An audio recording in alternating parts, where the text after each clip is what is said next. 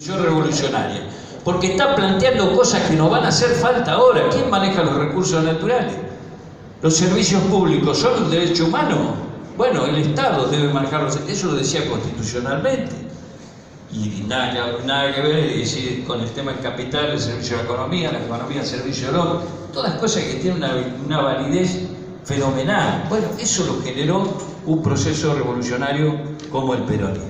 Y desde el movimiento obrero, algo que yo remarco siempre, derrocado el peronismo, esa conciencia de clase que se generó y que hizo que la resistencia más obstinada durante esos 18 años partiera primero del peronismo, ¿no? Porque querían armar una CGT, intervinieron todos, querían armar una CGT a su favor, van a un congreso, aparecen 62 organizaciones, el origen es bueno, después la deforman algunos dirigentes, pero 62 organizaciones le impiden tener una CGT al servicio de la dictadura, ¿no? Y surge desde el interior, como siempre, con la fuerza federal, desde la regional, el programa de la falda. Y yo siempre señalo, fíjense el nivel de conciencia de la clase trabajadora después de la revolución peronista, que ese programa de la falda, a pesar de que el salario, el convenio y todo lo demás estaba relegado, no levanta el programa de la falda eso como tema central. Plantea el proyecto del país, dice los recursos naturales pertenecen a la nación. Habla de la integración americana, como que esta cuestión que Perón había empezado y se lo habían frustrado los golpes, el suicidio de Getúlio Vargas, con el enlace que hacía con Ibáñez, el ABC de Perón, cuando alguna vez dijo Argentina sola no es una unidad económica viable, Chile solo no es una unidad económica viable, Brasil solo no es una unidad económica viable, pero las tres unidas y generando la unidad latinoamericana somos una potencia a nivel mundial imposible de doblegar, ¿no? Y ese mensaje tan vigente en estos días cuando vemos lo que está pasando en Bolivia, que decía, tenemos acá las reservas, alimentos y reservas de materia prima que por supuesto que hacen ver un venturoso porvenir, pero también hace ver el mayor de los peligros, porque el mundo va a necesitar de ese alimento y de esa materia prima y algún día va a venir a buscarlo por las buenas o por las malas, como están acostumbrados a hacer. Entonces cuando uno mira a Bolivia, ve el litio, ve lo que hizo Evo y de repente se da cuenta por qué no pueden dejar que Bolivia esté en manos de un gobierno nacional, popular, revolucionario. Bueno, ese movimiento obrero, primero con la falda, después con Huerta Grande, después con la CGT de los argentinos, programa de 1 de mayo y todo lo que generó alrededor de eso, las movilizaciones de abajo, las puebladas, el año 69, que fue un año histórico y que yo diría, si vemos las gestas históricas, decimos 17 de octubre, después vemos las puebladas del 69, que culminan con el Cordobazo, pero que tienen un rosariazo, un tucumanazo, puebladas como Villa Ocampo, donde estuvo Raimundo ahí como protagonista central en esa lucha que hicieron renunciar al intendente. Es decir, toda esa cadena de puebladas le da el golpe final a Onganía y empieza ahí una salida donde ya no le buscan la vuelta. Y por supuesto, esa línea de decir enfrentar a ese enemigo oligárquico en todos los frentes. En todos los frentes. Las organizaciones especiales, de las que tan poco se habla, hay que reivindicarla porque era parte de esa lucha, movimiento obrero y la lucha en todos los frentes, con el sacrificio que eso implicaba desde el punto de vista de llegar hasta la entrega personal en esa lucha. Bueno, eso fue la resistencia peronista. Y si Perón volvió por eso. No volvió por el bandorismo que de alguna manera decía, bueno, hagámosle un busto de oro y bueno, y veamos a ver cómo buscamos otros generales como Onganía. La pelea de la CGT de los argentinos era esa, los que decían, y eso en estos últimos años vimos algunas conductas parecidas, decían, no, la clase trabajadora va a lograr más colaborando, participando, negociando, que combatiendo. Al carajo, a la oligarquía, si no se la combate, si no se la enfrenta, si no se la lucha en las calles, es imposible. Y eso era el sindicalismo de liberación, que estaba tan prendido en nuestros compañeros, ¿no? Acá se habló de la JTP, esa concepción de sindicalismo de liberación, que algunos nos dijeron después, cuando vino el 83, dice, bueno, pero eso es antiguo, ¿qué sindicalismo de liberación? Y nosotros decíamos, pero ¿ustedes creen realmente que estamos viviendo en una patria liberada? Si los militares pasaron, destruyeron todo, debilitaron el Estado, las empresas del Estado, nos endeudaron tremendamente y ahora te dan la democracia, entre comillas, ¿no? La CGT de los argentinos, en uno de sus últimos documentos, allí en febrero del 73, un mes antes de las elecciones, decía claramente, no alcanza con ser mayoría. Mayoría fuimos siempre, pero nunca pudimos lograr la justicia social plena, la igualdad. No alcanza con ganar el gobierno, con llegar al gobierno, no alcanza con ganar una elección, con llegar al gobierno. Hay que tener una organización del pueblo eficaz que sea capaz de construir el poder. Esto lo marcaba claramente la CGT de los argentinos, porque sabía lo que sabemos hoy, de que nosotros llegamos al gobierno y el poder sigue intacto ahí, enfrente, y entonces los desafíos son mucho más que el ir un domingo y poner un voto allí, ¿no es cierto? Entonces, yo digo, los compañeros, ¿qué nos estarían pidiendo los compañeros que militaron tantos años en esta histórica casa? Nos estarían pidiendo una reflexión acerca del momento que estamos viviendo hoy. Y entonces nosotros tenemos un compromiso con ellos. Primero porque son parte de los 30.000 compañeros detenidos desaparecidos, que fue el zarpazo más grande que dio la oligarquía cuando se dio cuenta que no alcanzaba con los bombardeos, con los fusilamientos, no alcanzaba con las proscripciones, no alcanzaba con todo eso y se replegó en el 73 para volver en el 76 con un genocidio. ¿El genocidio qué? No es ni más ni menos que se daban cuenta que la única manera era destruir toda la organización del pueblo, porque eso era lo más terrible que tenían ellos. Por eso los 30.000 compañeros son los delegados y delegadas de fábrica, los representantes más combativos en el territorio, los representantes en la universidad. Esa era nuestra organización fuerte y perdimos 30.000 de los mejores. Pero también se dieron cuenta que no rompían la organización con eso. Por eso digo de la obstinada persistencia de nuestro movimiento, del movimiento peronista y todo lo que rodea como movimiento nacional. Eso que no pueden romper.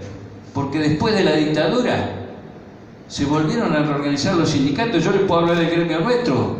Raimundo le habían matado el hijo, teníamos 100 compañeros desaparecidos en un gremio relativamente chico. Y sin embargo vuelve del exilio, había una nueva generación de trabajadores gráficos, pero había una transmisión histórica de cuál era realmente la trayectoria de ese dirigente, de esa agrupación, y había 3 listas en el gremio y arrasó Raimundo. Y esto pasó con otros compañeros que estuvieron 7 u 8 años presos, habían conducido un gremio, vuelven y ganan la elección de su gremio y recuperan en casi todo. Eso les demostraba que el genocidio no había podido romper esa conciencia histórica que se va trasladando de generación en generación, por lo que ha representado para la historia de nuestra patria. Entonces, hoy llegamos, yo creo que siempre, como en aquella resistencia, y seguramente los compañeros son el ejemplo, de que el sector más consecuente, de que el sector de mayor conciencia, tal vez no sea mayoría, pero es la clave para mantener viva la llama del combate, la llama de la transformación, la llama del movimiento como un movimiento revolucionario. Fueron ellos en su momento y en estos últimos años, fueron las organizaciones que estuvieron en las calles. Los compañeros que estando en el Congreso fueron consecuentes. Uno puede hacer un repaso de 4 años y se va a dar cuenta quiénes son los que fueron consecuentes con los intereses del pueblo, que votaron en contra desde los fondos buitre para adelante, todo, y se va a dar cuenta quiénes fueron, como aquellos que decíamos, colaboracionistas y lo demás. Ahora, ¿por qué llegamos hoy a arrancarle que ellos pensaban que venían para quedarse eternamente? por los compañeros y compañeras que han sido consecuentes, por los compañeros y compañeras que estuvieron en la calle desde el primer día, por los que fuimos a la CGT y no nos fuimos de la CGT porque seguimos pensando que la CGT no es un edificio ni son 4 individuos que la conducen, es la voluntad del pueblo organizada, y si no está dentro de ese edificio, está en la calle, pero algún día recuperará ese edificio y levantará las mismas banderas de aquellos compañeros de la Falda, Huerta Grande y de la CGT de los argentinos. Por esos compañeros y esas compañeras le cortamos el paso a este nuevo intento de restauración oligárquica. Entonces, ¿qué es lo que viene? ¿Qué nos dirán la familia Lizazo y los demás compañeros? ¿Cómo van a encarar esta etapa ustedes? Confiados de que se ganó una elección, que hicimos un frente político y eso nos sirvió ya para poder avanzar. Y no, nosotros le vamos a decir lo mismo que le decíamos en aquel momento, y que a lo mejor en algún aspecto se enojó Perón porque se lo decíamos, se lo advertíamos. Hoy le vamos a decir lo mismo en la memoria de aquellos compañeros. Hoy nosotros sabemos que lo que tenemos enfrente es el mismo poder que colaboró con la dictadura, que durante 18 años de receso, son los mismos. Esas corporaciones que están ahí, y ustedes lo ven, hay grupos económicos que no hemos podido llegar a dar ese paso de juzgar su complicidad con el genocidio. Eso es parte de la realidad. Ver gente que ha estado en este último gobierno y que ha sido parte colaboracionista de los genocidas para que secuestraran a los compañeros astilleros Astarza, por ejemplo, y no pudimos llegar. Quiere decir que no pudimos todavía conquistar ese poder que el pueblo necesita conquistar. Si no, viviremos bajo el engaño de una democracia media. De eso que decía también la CGT de los argentinos, ganar el gobierno para tener una cuota limitada de poder. Nosotros queremos que el pueblo tenga todo el poder, no una cuota limitada del poder. Y en lo concreto hoy en día es que un gobierno nos plantea, no sabemos que en ese frente hay una gran cantidad de compañeros y compañeras que son consecuentes, confiables hasta el final. Como decía Raimundo, hay compañeros de camino y de destino. Nosotros sabemos que los compañeros de destino queremos esa sociedad que soñamos. Hay que ir con algunos compañeros de camino, decía Raimundo, porque lógico, no alcanza por ahí nada más que con los compañeros de destino. Pero sabemos hasta dónde van los compañeros de camino. Los que hoy están golpeados y bueno, se ponen de este lado porque lógico, reciben los golpes. Bueno, nosotros con los compañeros de destino son la clave en la etapa que viene. Manteniendo esa unidad política, hay que hacer el esfuerzo para mantener, porque uno lo ve en los medios, están esperando que nos peleemos nuevamente entre nosotros, que nos dividamos, estos se van a romper, los kirchneristas para acá, los peronistas para acá. No hay que darle el gusto de eso. Se está planteando un acuerdo social. Nosotros decimos que esa es la gran oportunidad de que los sectores nacionales, empezando por la clase trabajadora, levante realmente las reivindicaciones que las tiene cada gremio, pero en un proyecto de país que queremos construir. Que sumemos a los otros sectores. Hoy las organizaciones sociales son importantes porque representan una parte que no teníamos, y es clase trabajadora, somos todos trabajadores, tengamos relación de dependencia o no.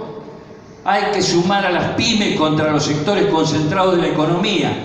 Y si tenemos esa unidad, porque ese es el gran frente, el frente más complicado, el que nos enseñó Perón que tenemos que construir para tener poder, para hacer lo que en algún momento pudo hacer él en esa revolución, ese frente de sectores nacionales es clave, porque el gobierno va a tener que enfrentar desde el primer día al mismo poder histórico, a la gran concentración del poder. Hoy en algunos aspectos más poderoso que antes. El poder financiero hoy es más poderoso que el que era en aquellos tiempos.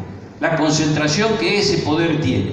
Pero si nosotros no manejamos el sistema financiero, ¿qué podemos hacer si lo siguen manejando la banca extranjera? Ahora no se puede hablar a lo mejor de la nacionalización de los depósitos, pero la plata que está en los bancos, ¿de dónde salió? Si no salió de la riqueza nacional y del trabajo nacional. Tenemos que avanzar sobre el control del sistema financiero. Tenemos que avanzar sobre el comercio exterior. No puede ser que 30 empresas multinacionales manejen las exportaciones cerealeras, 6.400 millones más que el año pasado. van a ganar este año. Y son dueños de los puertos y controlan las exportaciones y manejan todo. Si no le sacamos el poder a ese sector, si no los tocamos ahí, ¿de dónde vamos a poder construir el país que nosotros queremos, la reactivación que nosotros queremos? ¿Queremos frenar la inflación? Tenemos que atacar al sector concentrado de la economía. Está absolutamente concentrado en monopolios, en oligopolios, todos los rubros alimenticios, 6 cadenas de comercialización manejan los precios, se ha sacado la relación entre lo que cobra el productor agropecuario y lo que está en el supermercado, 4 o 5 veces más el valor. Hay que tocar a un sector de poder y ese sector de poder va a reaccionar. Y si nosotros no estamos unidos, si nosotros no tenemos esta conciencia que nos legaron los compañeros, si nosotros no tenemos esa fuerza para mantenernos movilizados, porque el hecho de votar no tiene que desmovilizarnos, tenemos que seguir organizados. El otro día hicimos una reunión de la Corriente Federal, precisamente invitamos a otros sectores para mantener este espíritu. Vamos a discutir unidad con el conjunto del movimiento obrero, sí, la vamos a discutir, pero sobre un programa concreto, no sobre la cuestión del interés de dirigentes, de que si estamos todos juntos porque somos rejuntados. No, la vamos a discutir sobre lo que necesita el país hoy, que es una unidad con programa y con decisión de ir desarticulando esos poderes concentrados que están absolutamente preparados para que nosotros fracasemos en un tiempo muy corto. Y el otro gran elemento, el imperio contra el que peleábamos y denunciábamos en toda nuestra historia, que siempre nos puso obstáculos. Hoy está mostrando como nunca, descaradamente, su intervención en América Latina. Es decir, yo diría que lo de Bolivia nos marca que no les alcanzó con todos los nuevos instrumentos de dominación que tiene, con la deuda externa, primer instrumento de dominación, nos endeuda y después nosotros tenemos que estar pidiendo por favor que nos den algún alivio. No les alcanzó con la concentración de medios que hacen todas las campañas, digamos, para tratar de enfermar la opinión pública. No les alcanzó con esa parte de la justicia que se ha dedicado a sacar del medio a todos los líderes populares que pueden ser una opción de reagrupamiento de los sectores mayoritarios. No les alcanzó con todo eso y volvieron a los golpes de Estado. Estemos alerta, porque vuelven a las acciones de violencia abierta. Lo de Bolivia fue así, un golpe de Estado donde los militares lo derrocaron a Evo Morales. Y estarán dispuestos a hacerlo en todos los lugares que sea posible. Eso solo se frena y toda América Latina está mirando qué va a pasar en la Argentina.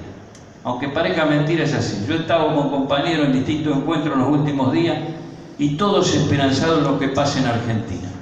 Por lo que representa Argentina.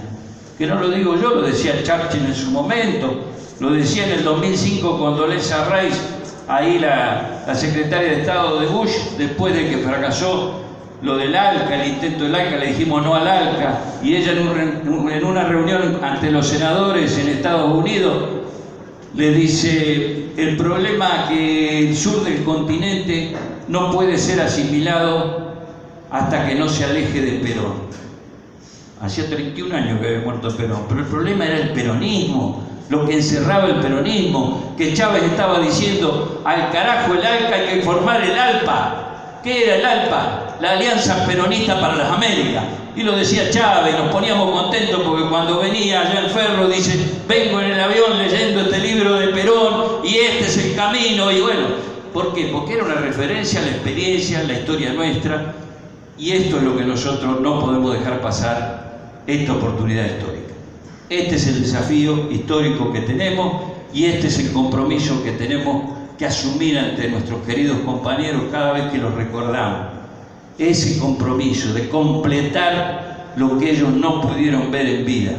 La revolución que abortaron en el 55 y lo que no pudimos completar en el 2015, en ese periodo que recuperamos con todas las dificultades que tenía la línea histórica, nacional y popular.